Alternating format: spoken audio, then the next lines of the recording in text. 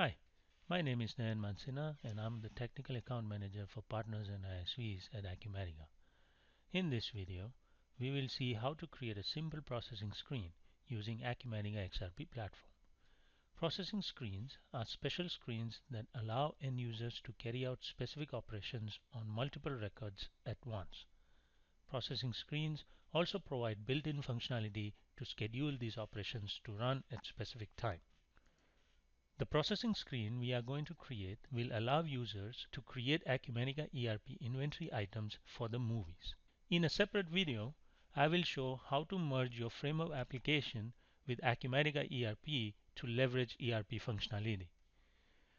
We will add a field to movie table to flag that the inventory item is created for that particular movie record. So let's begin by adding this field to the movie table and its corresponding data access class.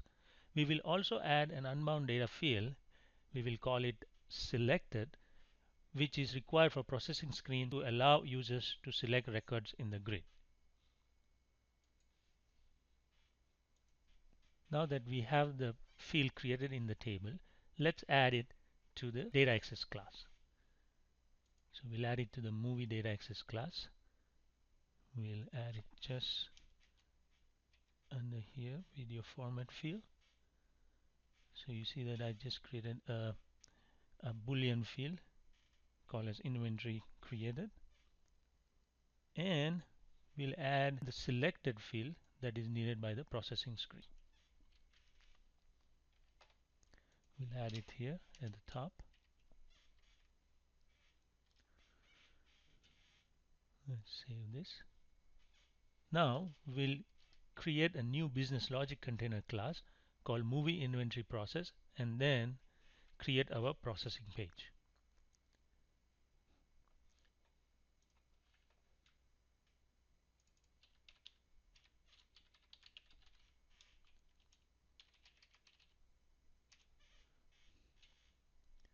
We'll add a cancel button to this screen, and we'll add a filterable data view for this processing page.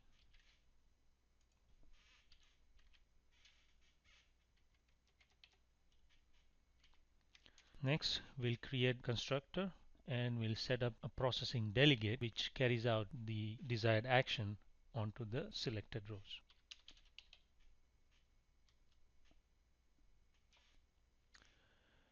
In this constructor, you can see that I'm setting up processing buttons, create and create all, and then I'm creating a process delegate in which I'm going to call out a method which is from the maintenance movie graph. So let's create this create ERP item into the movie maintenance graph. So here in the movie maintenance graph class, I'll add the method create ERP item which will accept a movie record and another parameter called as mass processing.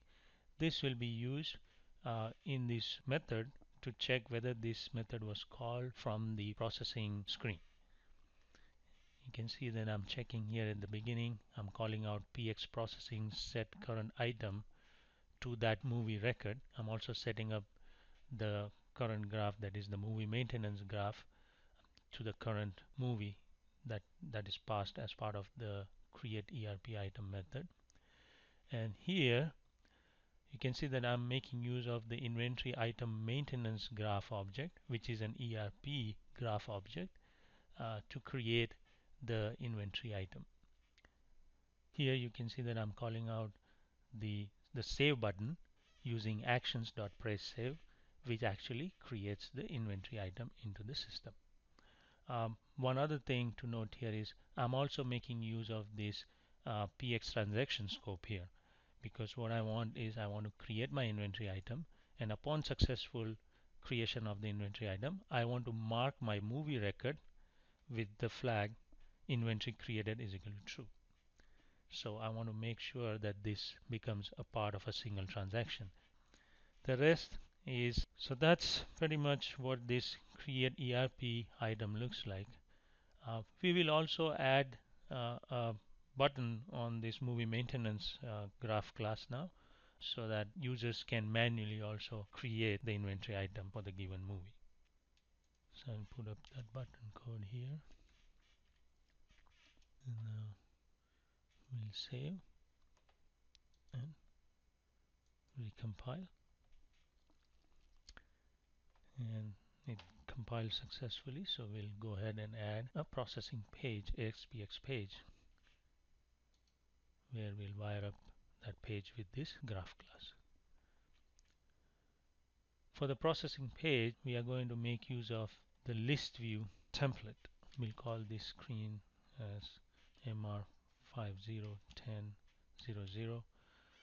The series 50 represents the processing pages.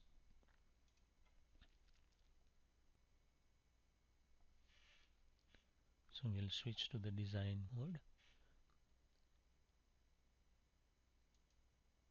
and we'll connect our data source to our newly created processing graph class.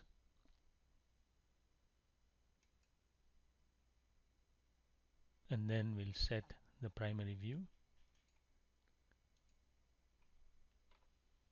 And you see that we get the cancel button and the create and create all button here. The next thing is we'll wire up the grid. So at this level, we'll set up the data member equal to movie list, and we'll also set up the data key name, which is the movie CD.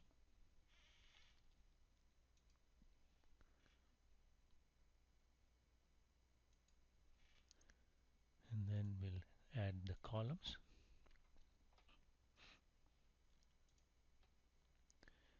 And you see that we'll add this select column at the very beginning, and then we'll set up our move ID, that is the CD, title, release date, runtime, audio format, video format, and we'll just say create only columns. And we'll click generate and click OK, and we'll save this page. Now that the page is ready, let's add this page to the sitemap. Now before that, let's just come back to the graph class, and we'll uncomment this code so that it actually calls the movie maintenance create ERP method. We'll compile it one more time,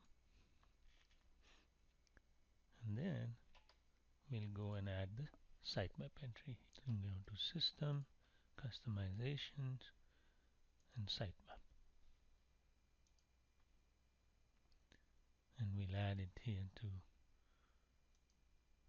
the processing area under generate,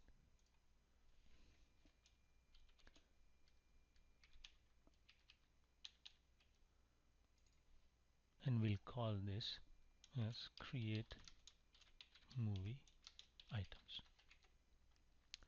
We'll save this, and then we'll test our processing screen. So there it is.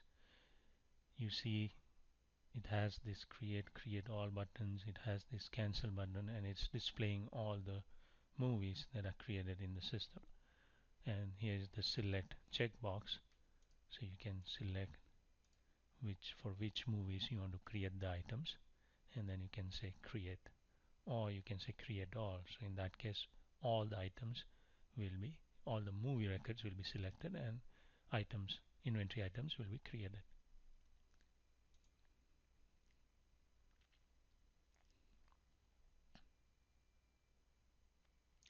So the process is complete. It has processed these 3 movies, and it has created the appropriate inventory items in the system. So let's go and see those movie items. So we'll come back here, and we have the stock movie item screen.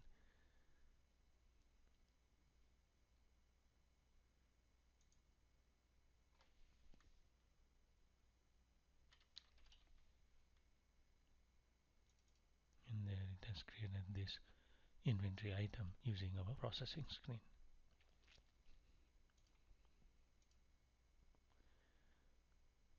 And you see that this processing screen also has this scheduling functionality, so you can create a schedule, you can define a schedule at which this processing screen can run its process. So that's all for now. Next time I will show you how to create a simple setup screen in Acumatica. Bye for now, and thank you for watching this video.